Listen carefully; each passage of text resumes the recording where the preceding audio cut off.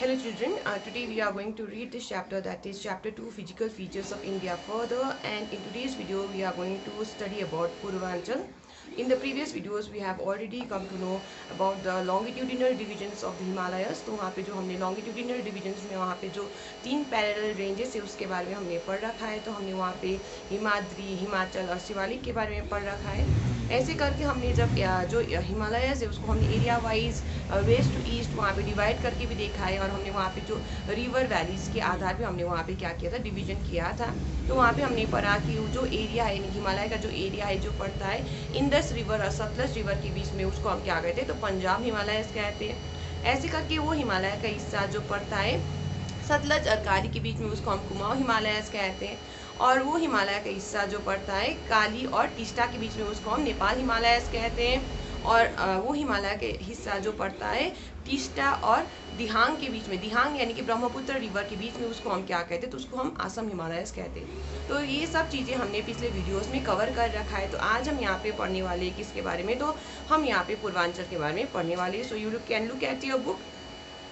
The Brahmaputra marks the eastern most boundary of the Himalayas. तो यहाँ पे बताया गया है कि जो ब्रह्मपुत्र रिवर है वो क्या करता है, तो वो मार्क करता है ईस्टर्न मोस्ट बाउंड्री किसके, तो हिमालयस के. तो जो हमने पहले जो डिवीजन किया था, एरिया वाइज डिवीजन, जहाँ पे हमने रिवर के हिसाब से जो डिवीजन किया था, तो वहाँ पे तुम्हें मैंने जो लाइन खींच के बोर्ड पे बताया था. तो वहाँ पे मैंने जो सबसे राइट के साइड जो लाइन खींचा था, और वहाँ पे नीचे में मैंने क्या लिखा था, तो डी लिखा था. डी मतलब दिहांग लिखा था. तो ये जो दिहांग रिवर यानी कि जो ब्रह्मपुत्र रिवर है वो क्या है, वो मार्क करता है क्या, तो eastern most boundary of the Himalayas. तो यही चीज यहाँ बुक तुम्हें समझा रहा है. Beyond the Dihang Gorge, the Himalayas bend sharply to the south and spread along the eastern boundary of India. तो आगे यहाँ पे बताया गया है कि Beyond the Dihang Gorge, तो Dihang Gorge, पहले gorge क्या है ये समझ लो. तो मान लो यहाँ पे जो हम यहाँ पे पहाड़ बना रहे हैं, ऐसे करके मैं यहाँ पे पहाड़ बना रही हूँ. तो ये माउंटेन्स को समझाने के लिए मैं यहाँ पे ऐसे लाइन ड्रॉ कर रही हूँ. तो ये जो माउंटेन्स है इसमें क्या हुआ है, तो जो नदी ने क्या किया, उसको काटा, यानी कि उसमें रास्ता काटा, ऐसे काट के वहाँ पे क्या फॉर्म किया, तो नैरो वैली फॉर्म किया. और यहाँ नीचे से क्या बहेगा, तो वहाँ पे रिवर बहेगा. तो ये रिवर मान लेते हैं हम कौन सा रिवर है, तो ये दिहांग रिवर है. दिहांग रिवर मतलब कौन सा रिवर, तो ये ब्रह्मपुत्र की हम यहाँ पे बात करें तो ये दिहांग रिवर हो गया. तो ये जो नैरो वैली है जिसके स्टीप वॉल्स, इसको हम क्या कहते हैं, तो इसको हम कहते हैं गॉर्ज. तो यहाँ पे हम क्या पढ़ रहे हैं, तो हम यहाँ पे दिहांग गॉर्ज के बारे में यहाँ पे पढ़ रहे हैं, और बोल रहे हैं कि बियॉन्ड द दिहांग गॉर्ज, यानी कि दिहांग गॉर्ज के पार वहाँ पे बताया गया जो हिमालयस है वो क्या करते हैं, तो वो बेंड करते हैं शार्पली कौन से दिशा की ओर, तो बताया गया है साउथ की ओर. जो हिमालयस है वो बेंड करते हैं और वो स्प्रेड होते हैं कहाँ पे, ईस्टर्न बाउंड्री ऑफ इंडिया में. तो यहाँ पे तुम मैप देख लो. तो यहाँ पे जो फिगर 2.2 है यहाँ पे देखने को तुम्हें मिलेगा कि ये जो हिमालयस है यहाँ से बेंड होके ये साउथ की ओर ऐसे वो मुड़ा हुआ है.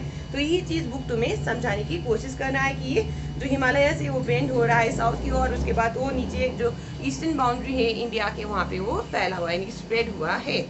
तो आगे यहाँ पे बताया गया है कि they are known as Purvanchal और the eastern hills and mountains. तो इसी को हम क्या कहते हैं, यानी जो हिमालय जो साउथ की ओर जो बेंड हुआ है और जो ईस्टर्न बाउंड्री ऑफ इंडिया में वहाँ पे जो स्प्रेड हुआ है, उसी को हम क्या कहते हैं, उसी को हम पूर्वांचल कहते हैं, उसको हम ईस्टर्न हिल्स एंड माउंटेन्स कहते हैं. तो याद रखो ईस्टर्न हिल्स एंड माउंटेन्स और पूर्वांचल का मतलब एक ही है, और ईस्टर्न हिल्स और माउंटेन्स और पूर्वांचल का मतलब क्या है, तो वो हिमालय का हिस्सा जो क्या हुआ है, जो बेंड हुआ है साउथ की और वो स्प्रेड हुआ है कहाँ पे, तो इंडिया के ईस्टर्न बाउंड्री में.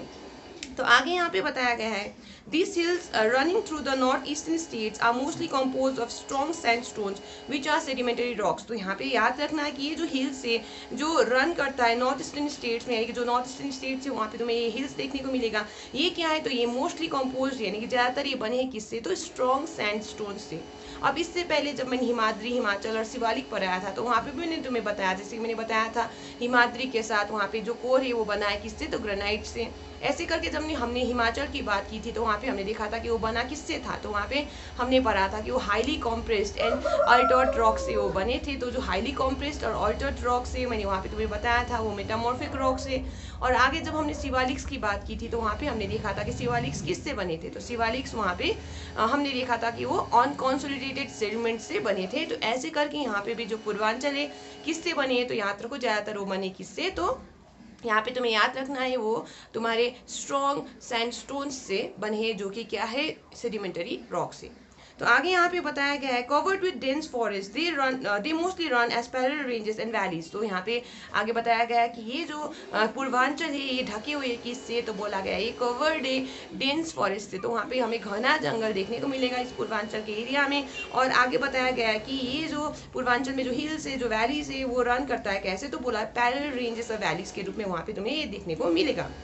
The Purvanchal comprises the Patka Hills, the Naga Hills, the Manipur Hills and the Mizo Hills. So आगे यहाँ पे बताया गया है पूर्वांचल में हमें कौन कौन सी हिल्स देखने को मिलेंगे। तो यहाँ पे याद रखना हमें देखने को मिलेगा पटका हिल, मिजो हिल, मणिपुर हिल और साथ में ये नागा हिल्स। तो ये 4 हिल्स हमें कहाँ पे देखने को मिलेगा, तो ये पूर्वांचल में देखने को मिलेगा। और ये जो 4 नाम दिए गए उनमें से 3 नाम तो तुम्हें यहाँ पे जो मैप तुम्हारी बुक में प्रोवाइडेड है वहाँ पे तुम्हें दिख जाएगा। तो अगर तुम फिगर 2.1 को यहाँ पे देखो तो यहाँ पे तुम्हें दिख जाएगा पटका एवं ऐसे करके नागा हिल्स, मिजो हिल्स। तो ये चीज यहाँ बुक में तुम्हें दिखाया हुआ है।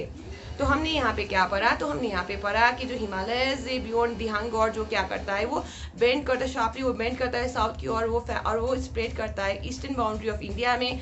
और हमने यहाँ पे जाना कि ये जो हिस्सा है इसको हम क्या कहते हैं, इसको हम पूर्वांचल कहते हैं। तो ये जो हिमालय है जो साउथ की ओर बेंड हुआ है और ईस्टर्न बाउंड्री ऑफ इंडिया में जो फैला है उसे हम क्या कहते हैं, पूर्वांचल कहते हैं। उसको हम ईस्टर्न हिल्स एंड माउंटेन्स भी कहते हैं। और हमने देखा कि ये किससे बने, तो they are mostly composed of what, then I have told you they are mostly composed of strong sandstones. और ये जो स्ट्रॉन्ग सैंडस्टोन से क्या है, तो हमने पढ़ रखा है सेडिमेंटरी रॉक से। आगे हमें यहाँ पे बताया गया है कि ये जो पूर्वांचल है कवर्ड है किससे, तो डेंस फॉरेस्ट से। और यहाँ पे पैरेलल रेंजेस एंड वैलीज तुम्हें देखने को मिलेगा।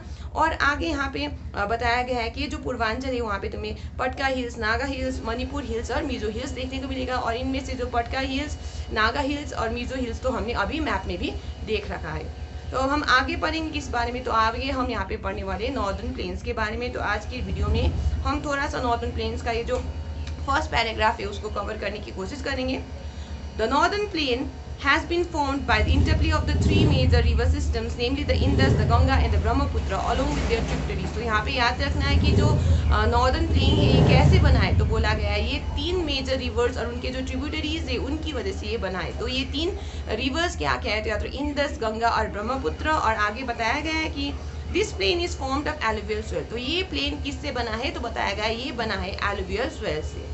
नेक्स्ट बोला गया the deposition of alluvium in a vast basin lying at the foothill of the Himalaya over million of years form this fertile plain. तो यहाँ पे ये कैसे बना, ये बात यहाँ पे समझाया गया है। तो यहाँ पे मैं तुम्हें समझाने की कोशिश करूंगी। तो मान लो ये जो हिमालयस है, तो हिमालयस के नीचे की ओर ये जो फुटहिल से यहाँ पे क्या है, तो बेसिन बोला गया। तो बेसिन क्या है, तो याद रखो ये डिप्रेशन वाला एरिया है, यानी कि जो एरिया होगा ये थोड़ा लो होगा, यानी कि संकन एरिया होगा। तो यहाँ पे क्या था, ये बेसिन था।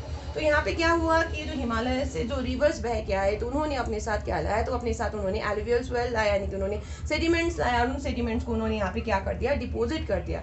और ये जो डिपोजिशन का जो प्रक्रिया उन्होंने ऐसे मिलियंस ऑफ ईयर्स तक ऐसे किया और तब जाके क्या फॉर्म हुआ, तो हमारा नॉर्दर्न प्लेन्स का फॉर्मेशन हुआ। तो ये चीज बुक तुम्हें समझा रहा है। आगे यहाँ पे बताया गया it spreads over an area of 7 lakh square kilometre. तो ये कितने एरिया में फैला हुआ, तो 7 लाख स्क्वायर किलोमीटर के एरिया में। The plain being about 2400 kilometre long and 240 to 320 kilometre broad is a densely populated physiographic division. तो याद रखो ये जो प्लेन एरिया है कितना लंबा है, तो बताया गया है लगभग 2400 किलोमीटर है। जो हमने पहले से जो हिमालयस के बारे में भी जब हमने पढ़ा था तो वहाँ पे भी हमने देखा था कि जो हिमालयस है 2400 किलोमीटर लगभग वो उसका लेंथ था। ऐसे करके इसका भी लेंथ 2400 किलोमीटर लगभग है। और आगे बताया गया इसका जो ब्रेथ है, यानी कि जो कितना ब्रॉड है, कितना चौड़ा है, तो 240 से लेके 320 किलोमीटर तक ये चौड़ा है। और ये जो एरिया है, यानी कि ये जो फिजियोग्राफिक डिवीजन है हमारे इंडिया का, ये क्या है, डेंसली पॉपुलेटेड है, यानी कि यहाँ पे बहुत ज्यादा पॉपुलेशन है। नेक्स्ट यहाँ पे बताया गया है which with a rich soil cover combined with adequate water supply and favourable climate it is agriculturally a productive part of India. तो यहाँ पे बताया गया है ये जो यहाँ पे जो रिच सोइल कवर हमें देखने को मिलता है, रिच सोइल कवर कहने पर यहाँ पे जो फर्टाइल सोइल है, यानी कि जो एलुवियल सोइल है, इसके साथ साथ में यहाँ पे कॉम्बाइंड विथ, तो हमें वहाँ पे फर्टाइल सोइल मिलता है, साथ में वहाँ पे हमें एडिक्वेट वाटर मिलता है, यानी कि पर्याप्त वाटर का सप्लाई होता है, क्योंकि हमने वहाँ पे बहुत सारी नदियाँ बहती हैं। और साथ में वहाँ पे फेवरेबल क्लाइमेट है, यानी कि वहाँ का जो क्लाइमेट है वो बहुत अच्छा है। इट इज इसी वजह से ये क्या है, agriculturally a productive part of India. तो इसी वजह से ये क्या है, एग्रीकल्चरली एक बहुत ही प्रोडक्टिव हिस्सा है हमारे देश इंडिया का। तो हम आज यहीं तक पढ़ेंगे और ये जो आगे नॉर्दर्न प्लेन्स का सेक्शन है इसको हम नेक्स्ट वीडियो में डिस्कस करेंगे।